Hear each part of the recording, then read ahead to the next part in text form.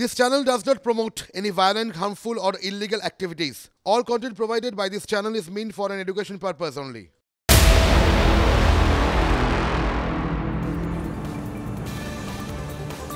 TV9 বাংলায় আরো একবার স্বাগত। লিমা রয়েছে আপনাদের সঙ্গে। আজকের মেগা সানডে বলা চলে।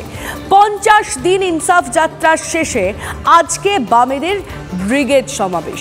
সিপিএম এর যুব সংগঠনের ডাকে ব্রিগেড ঘিরে উন্মাদনা তুঙ্গে। শহরতলি জেলা থেকে ব্রিগেডমুখী বাম কর্মী সমর্থকরা শহরের বিভিন্ন প্রান্ত থেকে মিছিল করে সমাবেশে যোগ দেবেন ডিওয়াইএফআই কর্মীরা।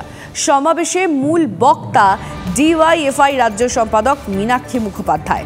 ভোট কমতে কমতে মাত্র 5% থাকা সিপিএম এর কাছে এই সমাবেশ বড় চ্যালেঞ্জ। ছাত্র যুবদের সামনে রেখে দলকে চাঙ্গা করার ফর্মুলা কতটা কাজে দিচ্ছে তারও পরীক্ষা এই মেগা সমাবেশে। লোকসভা ভোটের আগে এই ব্রিগেড কতটা অক্সিজেন যোগাবে বামেদের? আসলে সমস্ত প্রশ্নের উত্তর বরং একটু খোঁজার চেষ্টা করি। তবে তার আগে এটাও জানার চেষ্টা করবো যে সকাল থেকে কর্মীরা আসতে শুরু করেছেন, সেই ছবিটা কেমন কি ধরা পড়ছে। ব্রিগেড প্যারেড গ্রাউন্ড সেখানকার পরিস্থিতি কি সেটা অবশ্যই আপনাদেরকে জানাবো। তবে এই মুহূর্তে দাঁড়িয়ে আমাদের দুই প্রতিনিধি আমাদের সঙ্গে রয়েছেন পূর্ব বর্ধমান থেকে আমাদের প্রতিনিধি মনতোষ এবং সুপ্রিয় রয়েছেন শিয়ালদা থেকে। কারণ ওই যে বললাম বিভিন্ন জায়গা থেকে বিভিন্ন জেলা থেকে লোকজন আসতে শুরু করেছেন। আমি আগে একটু চলে যেতে চাইবো সুপ্রিয়র কাছে, কারণ সুপ্রিয় শিয়ালদায় রয়েছে আর বিভিন্ন জায়গা থেকে কর্মীরা আসছেন। মানে কতটা মনোবল চাঙ্গা তাদের মধ্যে, আর কি এক্সপেকটেশন রয়েছে, কি বার্তা পেতে চলেছেন, তাদের মনের মধ্যে কি চলছে সুপ্রিয়? দেখো, 3রা নভেম্বর থেকে তুমি যেমনটা বললে যে 50 দিনের যে ইনসাফ যাত্রা শেষে আজকে ডিওয়াইএফআই এর ডাকে ব্রিগেড সমাবেশ শিয়ালদা স্টেশন চত্বরে। ইতিমধ্যেই আমরা দেখতে পাচ্ছি ডিওয়াইএফআই এর যারা কর্মী সমর্থকরা রয়েছেন তারা জমায়েত করতে শুরু করেছেন, তারা স্লোগান শাউটিং করছেন এবং অস্থায়ীভাবে কিন্তু একটি ক্যাম্প করা হয়েছে। কারণ দূর দূরান্ত থেকে যে সমস্ত কর্মী সমর্থকরা মূলত ডিওয়াইএফআই এর আজকের এই ব্রিগেড সমাবেশে যোগ দেওয়ার জন্য আসছে, তারা যাতে সুষ্ঠু এবং সুশৃঙ্খলভাবে ব্রিগেড পর্যন্ত পৌঁছতে পারেন সেই বিষয়টাই পর্যবেক্ষণ করার জন্য ভলেন্টিয়ার হিসাবে কিন্তু তারা এখানে মোতায়েন রয়েছেন। এবং তোমাকে যেটা জানাবো যে ইতিমধ্যেই উত্তরবঙ্গ থেকে 2টি ট্রেন শিয়ালদা স্টেশনে এসে পৌঁছেছে এবং উত্তরবঙ্গের যে সমস্ত ডিওয়াইএফআই কর্মীরা তারা কিন্তু ইতিমধ্যেই ছোট ছোট মিছিল করে ব্রিগেডের উদ্দেশ্যে রওনা হয়েছেন। তবে মূল যে মিছিল যেটা ব্রিগেড সমাবেশ মঞ্চের উদ্দেশ্যে রওনা হবে এই শিয়ালদা স্টেশন থেকে, সেটা কিন্তু বেলা 11টার পরে। এবং সেক্ষেত্রে কিন্তু এই যে আশপাশের যে সমস্ত এলাকাগুলো রয়েছে অর্থাৎ উত্তর 24 পরগনা, নদিয়া, মুর্শিদাবাদ থেকে শুরু করে ব্যারাকপুর বা অন্যান্য যে সমস্ত এলাকাগুলো রয়েছে লোকাল ট্রেনে করেই মূলত যে সমস্ত কর্মী সমর্থকরা আসবেন তাদেরকে নিয়ে একটি বড় মিছিল সংগঠিত হবে এবং সেই মিছিল সকাল 11টার পরে এই শিয়ালদা স্টেশন চত্বরের বাইরে থেকে মিছিল করে ব্রিগেডের উদ্দেশ্যে রওনা হবে। এবং আজকের এই যে ব্রিগেড আমি আসলে সুপ্রিয় তোমার কাছে আবারও আমি ছবিটা দেখবো শিয়ালদা। তবে একটু বর্ধমানে নজর রাখি, কারণ বর্ধমান থেকেও কিন্তু ডিওয়াইএফআই এর যারা কর্মী সমর্থকরা রয়েছেন তারা কিন্তু ইতিমধ্যেই রওনা দিয়েছেন। সেই ছবিটা তুলে ধরবেন আমাদের প্রতিনিধি মনতোষ সরাসরি রয়েছেন। মনতোষ,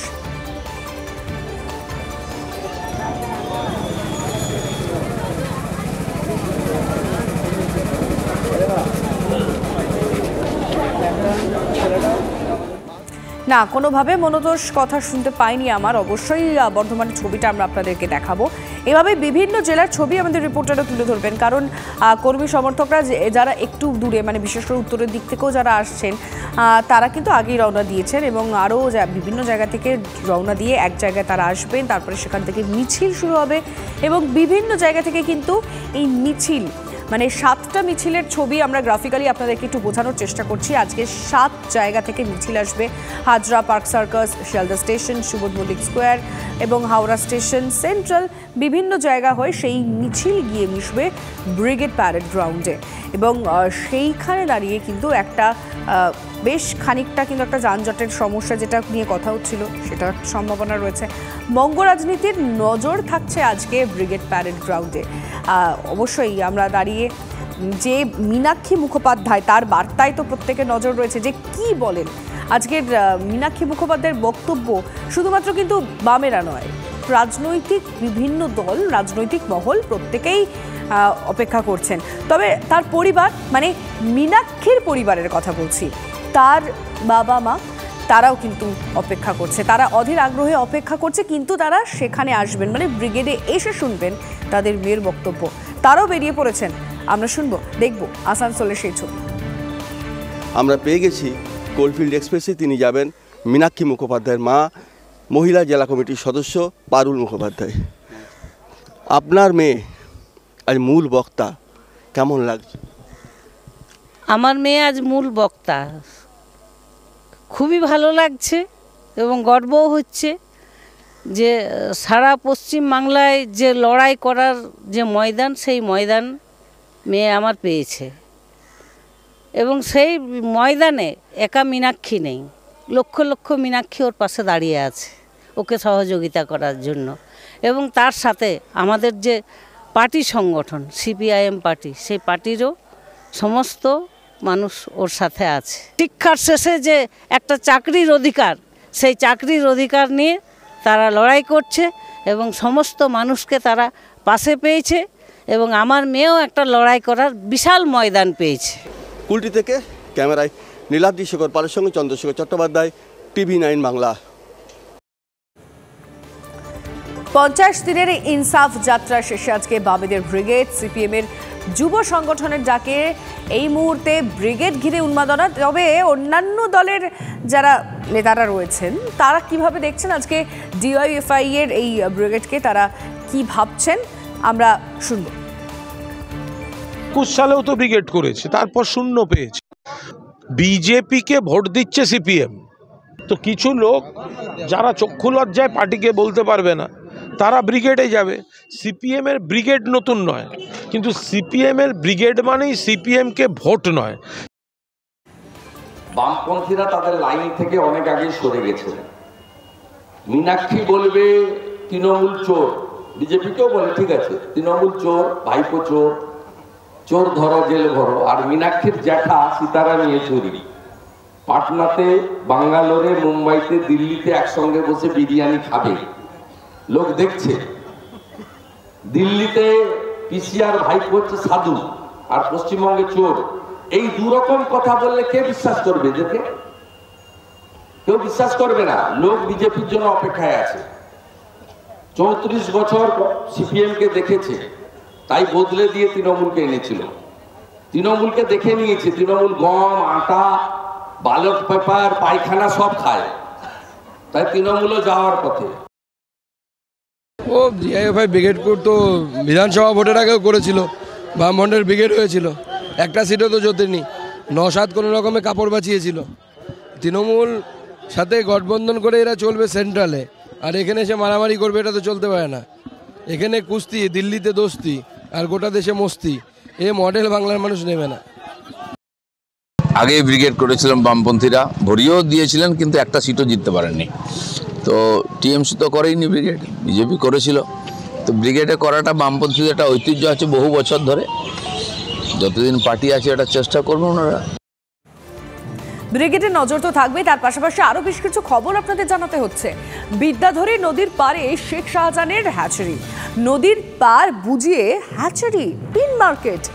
কিভাবে নিয়মের তোয়াক্কা না করে নদীর পার বুঝিয়ে নির্মাণ, সব দেখেও কেন চুপ সেচ দফতর? কার ভয় মুখে কুলুপ সরকারি আধিকারিকদের? কি বলছেন সরবেরিয়ার আমজনতা, দেখাবো 1 মিনিটে।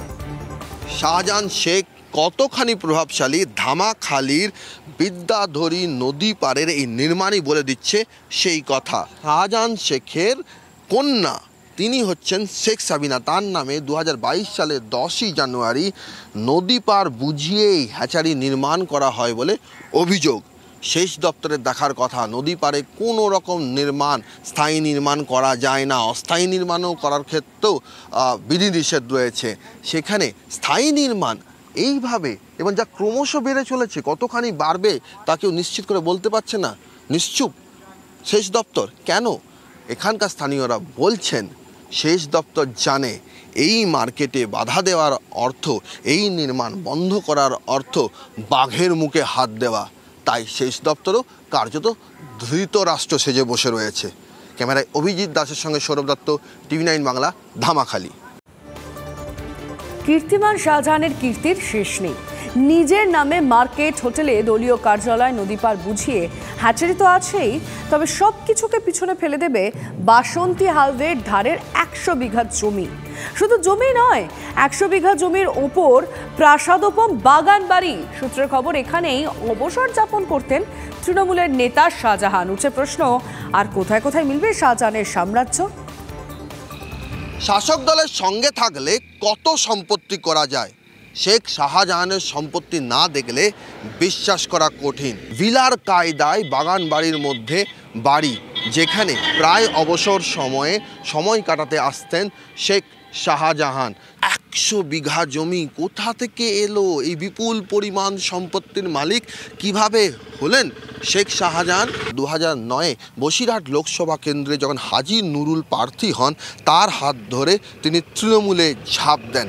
এরপর সম্পত্তির পর সম্পত্তি। 2011 সালে সরবেরিয়া বাজারে নিজের নামে মার্কেট, শেখ শাহজাহান মার্কেট, প্রাসাদোপম বাড়ি, বিদ্যাধরী নদীর চর বুঝিয়ে হ্যাচারি, পিন মার্কেট, হোটেলে দলীয় কার্যালয়, আর সবাইকে তাক লাগিয়ে দিচ্ছে এই বাগান বাড়ি। ক্যামেরায় অভিজিৎ দাসের সঙ্গে সৌরভ দত্ত, TV9 বাংলা, সরবেরিয়া। দলের কর্মসূচি, আর সেখানেই নেতাদের একাংশ উপস্থিত না থাকায় ক্ষুব্ধ উদয়ন গুহ। উত্তরবঙ্গ উন্নয়ন মন্ত্রীর ফেসবুক পোস্ট ঘিরে দলের অন্দরেই জোর চাপানুতর। বিজেপির কটাক্ষ, মোহভঙ্গ হচ্ছে নেতাকর্মীদের, তাই দূরত্ব বাড়ছে। কেন্দ্রীয় স্বরাষ্ট্র প্রতিমন্ত্রী গ্রেফতারির দাবিতে শুক্রবার দিনহাটা থানাও ঘেরাও অভিযানের ডাক দিয়েছিলেন উত্তরবঙ্গ উন্নয়ন মন্ত্রী উদয়ন গুহ। বিজেপি সাংসদের বিরুদ্ধে পোস্টার, ব্যানার নিয়ে শহরে মিছিল করেছিলেন দিনহাটা তৃণমূল বিধায়ক। মন্ত্রীর সঙ্গে মিছিলে ছিলেন অনেকেই, কিন্তু সবাই কি ছিলেন? মিছিলের পর সোশ্যাল মিডিয়াতে দিনহাটার বিধায়ক উদয়ন গুহ এই পোস্টটি করেছেন। তাতে পরপর লেখা নাম, শেষে লেখা অনেক নেতা নেত্রীকে আজকে রাস্তায় দেখা যায়নি। মন্ত্রীর এই পোস্ট সামনে আসতেই জেলার রাজনীতিতে জোর জল্পনা শুরু। মানুষ চাইছে না, তাই তাদের কর্মসূচিতে লোকজন হয়নি। দিনহাটা বিধানসভা উনি ব্যাপক লিডে হারবেন। যারা ভালো তৃণমূল কংগ্রেস করে, তারা তার এই সমস্ত কার্যকলাপে তারা তিতবিরক্ত। মন্ত্রী পোস্টকে হাতিয়ার করে সুর চড়াতে ছাড়ছে না বিরোধী শিবির। অস্বস্তির মধ্যে তৃণমূল অবশ্য বলছে, সবাই সবসময় আসতে পারে না, কিন্তু সবার আসা উচিত, তাদের মধ্যে কোনো গন্ডগোল নেই। শাসক দল বলছে সব ঠিক রয়েছে, কিন্তু মন্ত্রীর পোস্ট তো অন্য কথাই বলছে। কুচবিহার থেকে সুমন কল্যাণ ভদ্রের রিপোর্ট, TV9 বাংলা। পার্টি অফিসে চুনকাম করে মুছে ফেলা হলো দলের নাম, প্রতীক, খুলে ফেলা হলো দলীয় পতাকা, সব শেষে দরজায় তালা। তৃণমূলের প্রতীক ও পতাকা যারা মুছে দিচ্ছেন তারা দলেরই কর্মী। এই ঘটনাকে কেন্দ্র করে সরগরম চন্দ্রকোনা।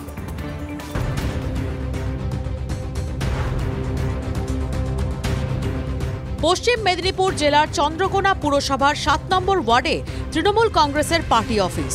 কয়েকদিন আগে পর্যন্ত বুথের দলীয় কার্যালয়ে বিধায়ক থেকে কর্মীদের যাতায়াত ছিল। সেই পার্টি অফিসে এখন তালা ঝুলছে। কিন্তু কেন? অভিযোগ, এখানেও সেই গোষ্ঠী কোন্দলের তালা। ওয়ার্ড তৃণমূল কংগ্রেসের যুব সভাপতির অভিযোগ, জেতার পর থেকেই আর নাকি পার্টি অফিস মুখ হননি ওয়ার্ড সভাপতি ও ওয়ার্ড কাউন্সিলর। তাই ক্ষুব্ধ কর্মীরা। ওয়ার্ড সভাপতি, কাউন্সিলর দুজনই পার্টি অফিসে আসা বন্ধ করে দিয়েছে। সভাপতিকে আর আমাকে দাঁড়িয়ে দিয়েছে কারণ কর্মীরাই। কলকাতায় নবীন প্রবীণ দ্বন্দ্বে তৃণমূলের নেতাদের কথার যুদ্ধ কয়েকদিন ধরে চলছেই। সেই ইস্যু কি বুথ স্তরেও মাথাচাড়া দিচ্ছে, শাসক দলের মাথা ব্যথা বাড়াচ্ছে? Bureau report, TV9 Bangla. বাংলাদেশে দ্বাদশ জাতীয় সংসদের নির্বাচন, 3 আসনে ভোট গ্রহণ। বাংলাদেশের সময় সকাল 8টা থেকে বিকেল 4টে পর্যন্ত ভোট। দ্বাদশ জাতীয় সংসদের নির্বাচনে দেশের প্রধান বিরোধী দল বিএনপি সহ একাধিক রাজনৈতিক দল অংশ নিচ্ছে না। চতুর্থবারের মতো ক্ষমতায় ফিরছেন শেখ হাসিনা, তুঙ্গে জল্পনা।